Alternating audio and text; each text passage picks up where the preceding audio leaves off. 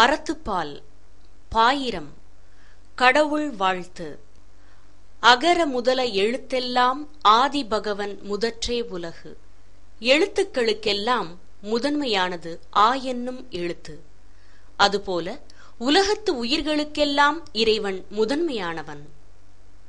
கற்றதனால் ஆய பயனென்கொல் வாலறிவன் நற்றால் தொழார் எனின்.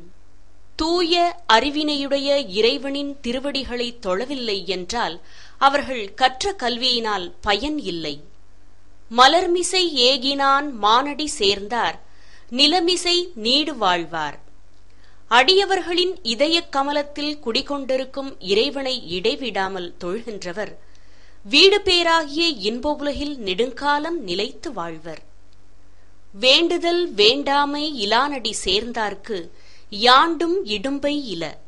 விருப்பு வெறுப்புக்கு அப்பாற்பட்ட இறைவனின் திருவடிகளை வழிபடுகின்ற அன்பருக்கு எப்போதும் எவ்விடத்திலும் துன்பம் இல்லை.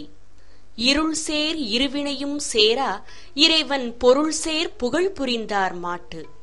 இறைவனின் உண்மையான புகழை விரும்பி வணங்குபவரிடம் நல்வினை தீவினை என்னும் இருளாகிய இருவினையும் சேர்வதில்லை. பொறிவாயில் ஐந்தவித்தான் பொய்தீர் ஒழுக்க நெறி நின்றார் நீடு வாழ்வார்.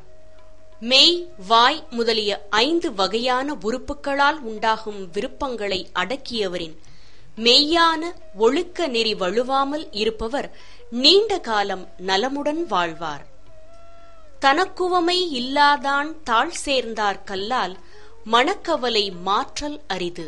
ஈடு இணை இல்லாத இறைவனின் திருவடிகளை சேர்ந்தவரை தவிர மற்றவரால் மனக்கவலையை நீக்க முடியாது. அறவாளி அந்தணன் தாழ் சேர்ந்தார் கல்லால் பிறவாளி நீந்தல் அரிது.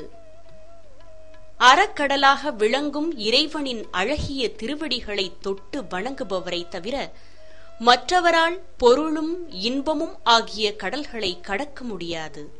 கோளில் பொறியில் குணமிலவே என் குணத்தான் தாளை வணங்காத்தலை. 8 வகையான குணங்களைக் கொண்ட உலக முதல்வனின் திருவடிகளை வணங்காதவன் தலையானது காணாத கண் போல பயனில்லாத உறுப்புகளுக்குச் சமம். பிறவிப் பெருங்கடல் நீந்துவர் நீந்தார் இறைவனடி சேராதார்.